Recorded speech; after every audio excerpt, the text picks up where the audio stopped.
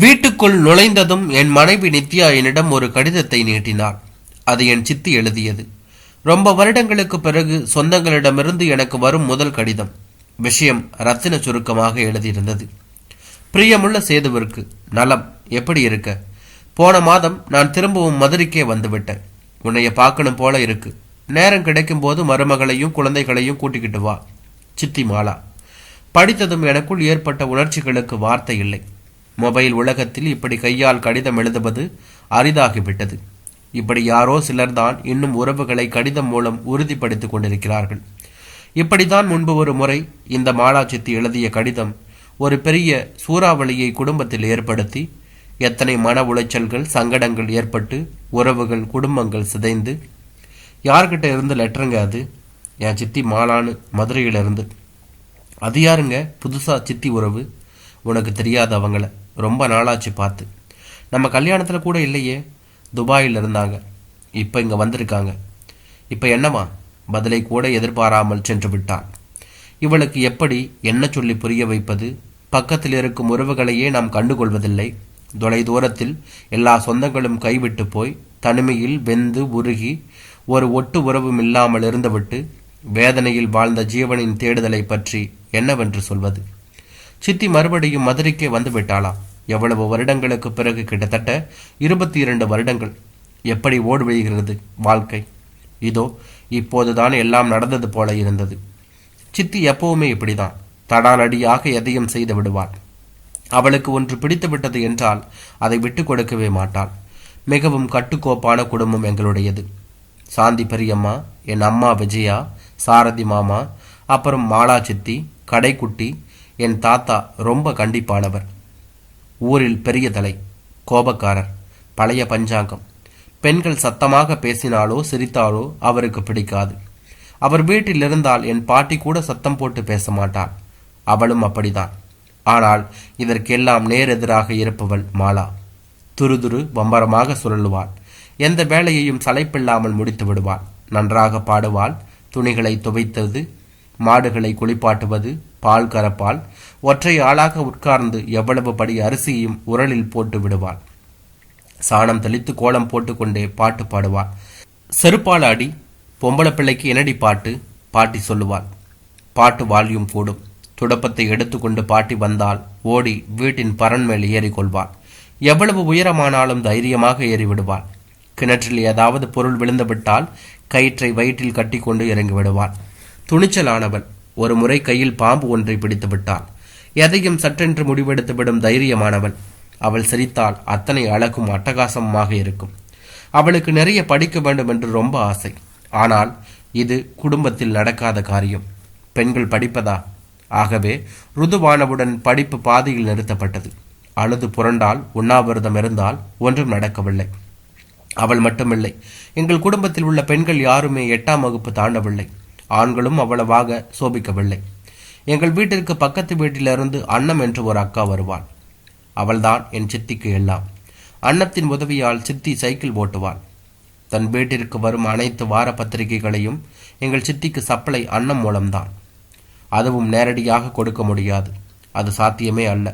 கல்கியோ ஆனந்த விகடனோ அன்னத்தினால் மறைமுகமாக எடுத்து வரப்படும். கண்ணு மைக்கும் நேரத்தில் அன்னத்திடமிருந்து மாலா சித்தியிடம் ரவிக்கைக்கு மாறும். தொடர்கதைகள், சினிமா செய்திகள், துணுக்குகள் எல்லாம் படிக்கப்பட்டு திருப்பி தரும் வரை அன்னத்தின் வேலை. மற்றவரை யாரும் சித்தியிடம் நெருங்கி விடாமல் பார்த்து கொள்ள வேண்டியது. இது ரொம்ப நாள் வீட்டில் யாருக்கும் தெரியாது. இருவரும் மணிக்கணக்கில் பேசிக் கொண்டிருப்பார்கள். இந்த இருவரில் மாலா சித்திக்கு தான் முதலில் திருமணம் நடந்தது.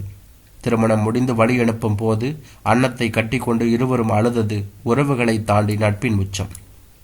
பல்ராம் மாமா தனியார் நிறுவனத்தில் அக்கவுண்ட்ஸ் செக்ஷன். தங்கமான மனுஷன். திருமணத்திற்கு பிறகு புகுந்த வீட்டில் சித்திக்கு கிடைத்தது மிதமிஞ்சிய சுதந்திரம். கிடைத்த சுதந்திரத்தை மிகவும் நல்ல முறையில் பயன்படுத்தினார். தான் படிக்க நினைத்ததை முதலில் நிறைவேற்றினார். சென்னை பல்கலைக்கழகத்தில் தொலைதூர கல்வியில் சேர்ந்து BA வரலாறு முடித்தாள்.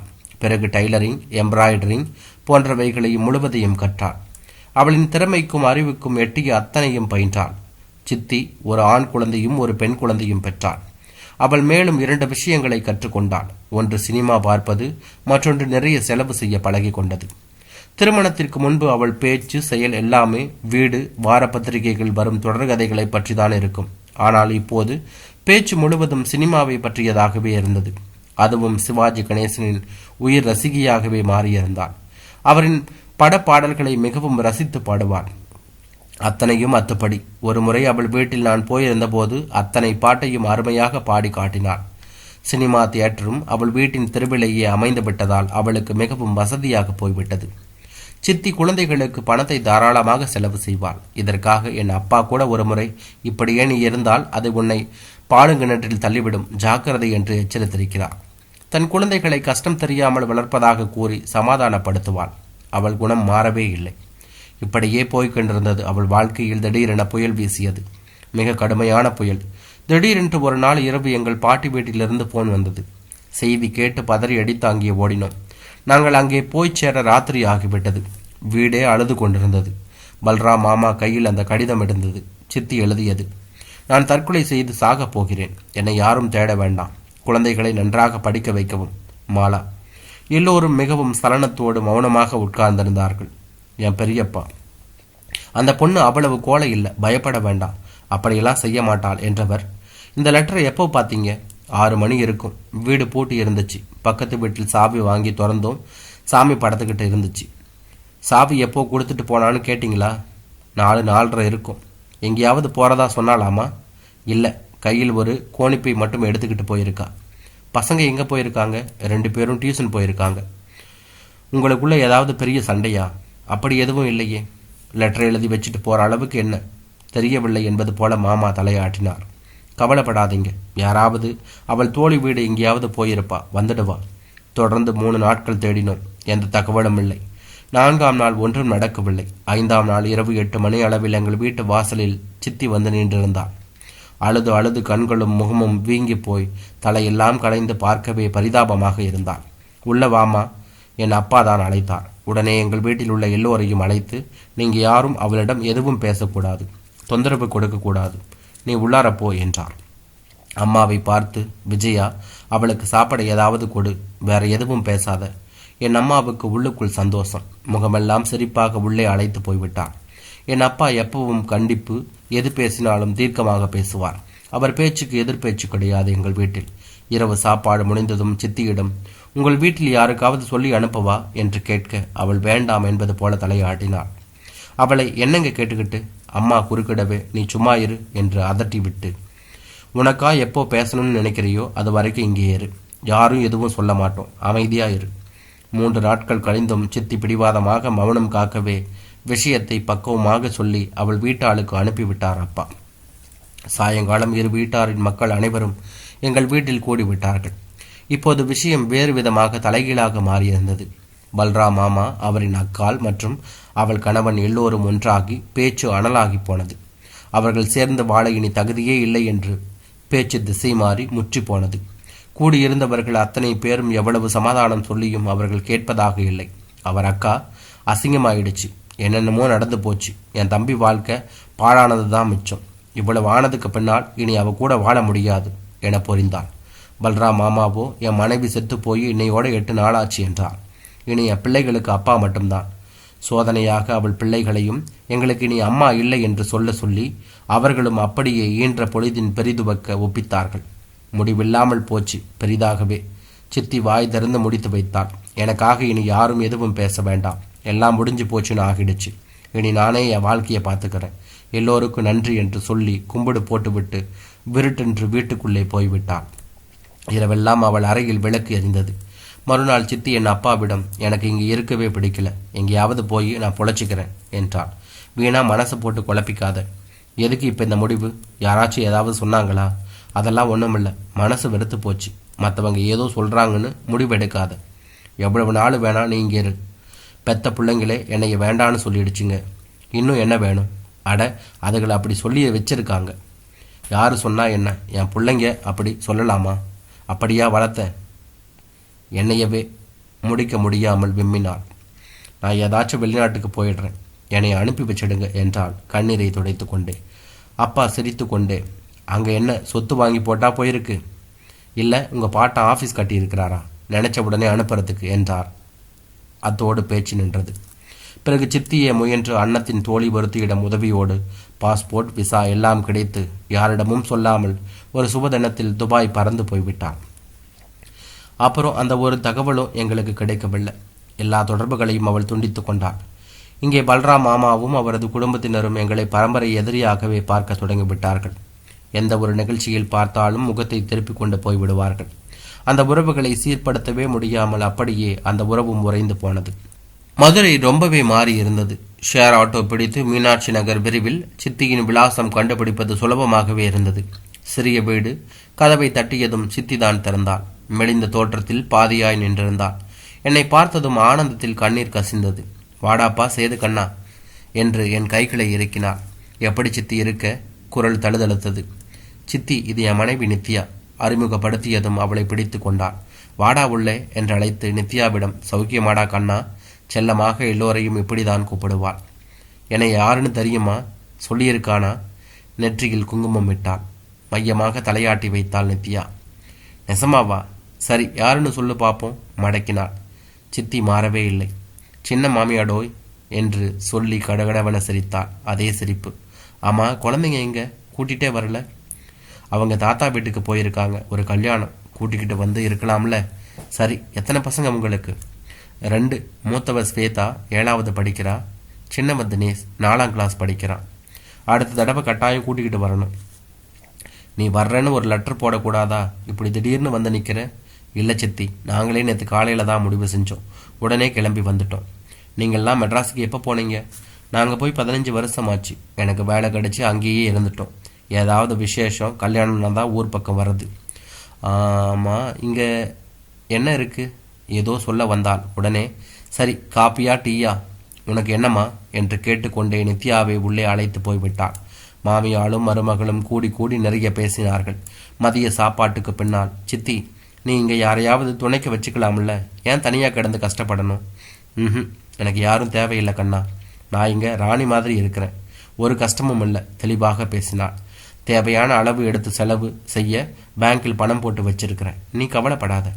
யாராவது உன்னைய பார்க்க வந்தாங்களா? நீ யாரையாவது பார்த்தியா? யாரை கேட்குற? என்ன சொல்ல வர்ற? பிடி கொடுக்காமல் பேசினாள். பழைய தோழி, தெரிஞ்சவங்க என்று இழுத்தேன். ஏண்டா கண்ணா, ஏன் நான் பார்க்கணும்? அதுதான் உறவே இல்லைன்னு அறுத்து எரிச்சிட்டு போயிட்டாங்கல்ல. அவங்கள பற்றி என்ன இருக்குது? கேள்விப்பட்டேன். அவங்க கம்பெனியிலேயே இவனும் வேலை செய்ய இருக்கிறானா? உதடுகள் துடிக்க சற்று நேரம் மௌனத்திற்கு பின்பு, கூட பிறந்தவங்க அண்ணன் தம்பின்னு உறவுகள்னா ஒரு கஷ்டம்னு வந்தால் ஒருத்தருக்கு ஒருத்தர் உதவியாக இருக்கணும்னு சொல்லுவாங்க. யாருக்காவது ஏதாவது ஒன்றுனா ஓடி வருவாங்க. கூட பிறந்தவனே என்னை பற்றி கவலைப்படலை. என்ன ஏதுன்னு அப்போ ஒரு வார்த்தை கூட கேட்கல, பேசக்கூட இல்லை. பொண்டாட்டி பின்னால் நின்றுக்கிட்டு இருந்தான். ஒரு பொட்டப்பிள்ளை தனியாக என்ன பண்ணுவாளோ, ஏன் அப்படி செஞ்சேன்னு யாருக்கும் அன்னைக்கு அக்கறை இல்லை. நான் செஞ்சது தப்பு தான் இல்லைங்கல்ல. அனாதையாக நின்ன வேடிக்கை தானே பார்த்தாங்க. ஆதரவாக ஒரு சொல்லு கிடையாதே. நல்ல வேலை எங்களை பெற்றவங்க அப்போ உயிரோடு இல்லை, இல்லைன்னா இவங்களே சாகடிச்சிருப்பாங்க. உங்கள் மாமாவுக்கு குடும்பம் எப்படி நடக்குதுன்னு தெரியாது. கொண்டு வந்து கொடுக்குற அந்த சொற்ப சம்பளத்தில் குடும்பத்தை ஓட்ட முடியுமாங்கிற கவலை இல்லை. வாடகை வீடு, பிள்ளைங்க படிப்பு, சாப்பாடு, துணிமணி, மற்ற செலவுகளை எல்லாம் எப்படி சமாளிக்கிறான்னு ஒரு நாள் கூட பார்த்தது கிடையாது, கேட்டதும் கிடையாது. நான் இழுத்து பிடிச்சு ஒட்டினா அவர் அக்கா சொல்லிட்டா, பொண்டாட்டியே வேண்டான்னு சொல்லிட்டாரு. இப்போ தெரிஞ்சிருக்கும் கஷ்டம். என்னைய முழுசாக புரிஞ்சுக்கிட்ட மனுஷன் உன் அப்பா தாண்டா என பதறின மனசை சரியாக தெரிஞ்சுக்கிட்டு ஆதரவாக பேசினாரு பாரு தங்கம்டா. நான் தற்கொலைக்கு செஞ்சுக்க போய் மனசு கேட்காம கோயில் கோயிலாக அலைஞ்சிக்கிட்டு ஒரு வழியும் தெரியாமல் கடைசியாக உங்கள் வீட்டுக்கு வந்தேனே. அப்போவே அவருக்கு எல்லாம் தெளிவாயிடுச்சு. எதுவும் பேசலை. என்னைய வேண்டான்னு சொன்னாங்களோ அன்னைக்கு ராத்திரியே நான் உங்கள் அப்பா கிட்ட எல்லாத்தையும் சொல்லிடலான்னு போனேன். ஆனால் அவரோ, நீ எதையும் சொல்ல வேண்டாம், எனக்கு எல்லாமே புரிஞ்சிடுச்சு, என்ன நடந்திருக்குன்னு எனக்கு தெரியும். பொறுப்பில்லாத புருஷன் சமாளிக்க நீ தனியாக முடிவெடுத்து பண்ணின காரியம் எவ்வளவு சிக்கலை ஏற்படுத்திடுச்சு பாத்தியா? இப்போ உனக்கு எதிராக போயிடுச்சுன்னு வருத்தப்பட்டார். பிள்ளைகளுக்கு கஷ்டம் நஷ்டம் தெரிய வைக்கணும், அப்படி தெரியக்கூடாதுன்னு நீ வளர்த்தது அதுகளும் உலகம் புரியாமல் இருந்துடுச்சுங்க. இப்படி நீ செஞ்சது தான் பெரிய தப்பு. 2வது லெட்டர் எழுதி வச்சுட்டு போனது மகா முட்டாள்தனம்னு சொல்லி எல்லாத்தையும் புரிய வச்சார். நான் வெளிநாடு போக பணம் ஏற்பாடு செஞ்சு கொடுத்தவரே அவர் தான். அதை உசுறு இருக்கிற வரைக்கும் நான் மறக்க மாட்டேன். முழுவதையும் இன்று கொட்டி தீர்த்தாள். போன வாரம் மீனாட்சி அம்மன் கோவிலுக்கு போயிருந்தேன். அப்போது உன் ஃப்ரெண்டு தேவராஜனை பார்த்தேன். அவன்தான் உன் விலாசம் கொடுத்தான். மறுநாள் நாங்கள் கிளம்பினோம். சித்தி எவ்வளவு சொல்லியும் கேட்காமல் குழந்தைகளுக்கு புது துணிமணிகள், முறுக்கு, தின்பண்டங்கள் என வாங்கி திணித்து அனுப்பி வைத்தாள். அரை மனசாக கிளம்பி சற்று தூரம் நடந்த பிறகு, நித்யா 1 மினிட் அவளை இருக்க சொல்லிவிட்டு ஏதோ நினைவாய் திரும்பி போன போது சித்தி வாசல் படியிலேயே நின்றிருந்தாள். எதையாவது மறந்துட்டியா கண்ணா? இல்லை சித்தி, நீ சந்தோஷமாக தானே இருக்க. சிரித்தாள். இன்னும் பழையபடி பாட்டெல்லாம் பாடுறதுண்டா? அதுதான் வாழ்ந்துகிட்டு இருக்கேன் என்று கண்கள் பணிக்க திரும்பி உள்ளே போய்கொண்டே பாலூட்டி வளர்த்த கிளி என்ற பாடலை பாடினாள்.